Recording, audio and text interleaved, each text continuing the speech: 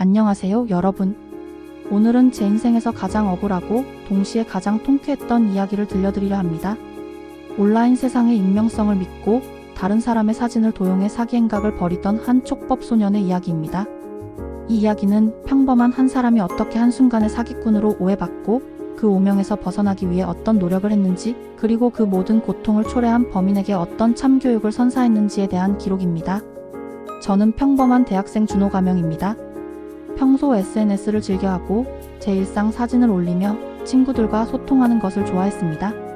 그런데 어느 날부터 저의 SNS에 이상한 댓글이 달리기 시작했습니다.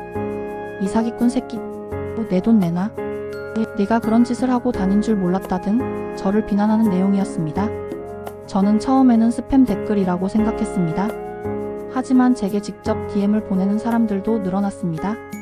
내가 준호 맞지? 내 돈 다 가져갔지? 경찰에 신고할 거야 라는 메시지를 본 저는 큰 충격에 빠졌습니다. 저는 친구들에게 이 사실을 알렸고 친구들은 저의 SNS 계정이 해킹당한 것 같다고 말했습니다.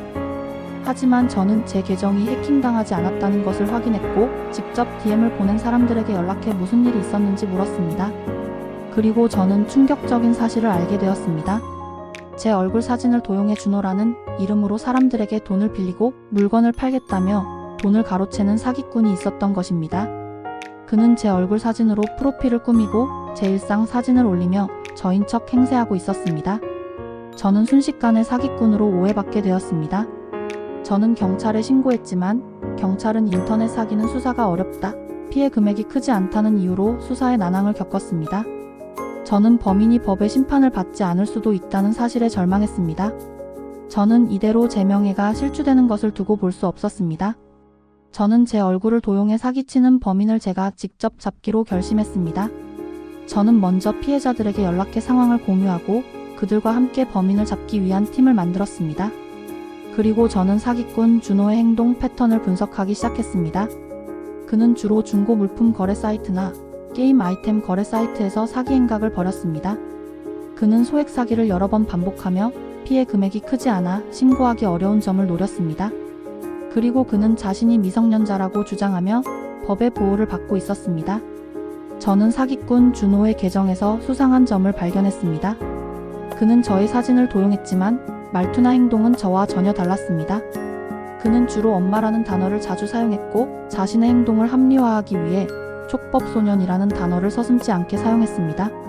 저는 그의 말투와 행동을 바탕으로 그가 실제로는 미성년자라는 것을 짐작할 수 있었습니다. 저는 사기꾼 준호에게 직접 접촉하기로 했습니다. 저는 제 친구의 SNS 계정으로 그에게 접근했습니다. 준호야, 너 유명한 게임 아이템 판다며? 나 그거 사고 싶은데 라고 말했습니다. 사기꾼 준호는 재밌기를 물었고 저는 그와 거래를 하기 위해 만남을 약속했습니다. 저는 그가 거래에 응할 것이라는 것을 확신했습니다. 그는 자신의 얼굴이 아닌 제 얼굴을 사용하고 있었기 때문에 자신이 정체를 들킬 것이라고는 전혀 생각하지 못했을 것입니다. 약속 장소에 나타난 범인은 놀랍게도 초등학생이었습니다. 그는 촉법소년이라는 법적 보호를 믿고 제 얼굴을 도용해 사기 행각을 벌이고 있었던 것입니다. 저는 그를 보자마자 분노가 치밀어 올랐습니다. 네가 감히 내 사진을 도용해서 사기치고 다녔냐? 저는 그에게 소리쳤습니다. 초등학생은 저를 보자마자 당황하며 도망치려 했습니다. 하지만 저는 그를 놓아주지 않았습니다. 저는 그에게 네가 도망쳐도 소용없다. 나는 네가 저지른 모든 사기 행각을 알고 있고 네가 사기친 모든 피해자들도 여기 와 있다라고 말했습니다.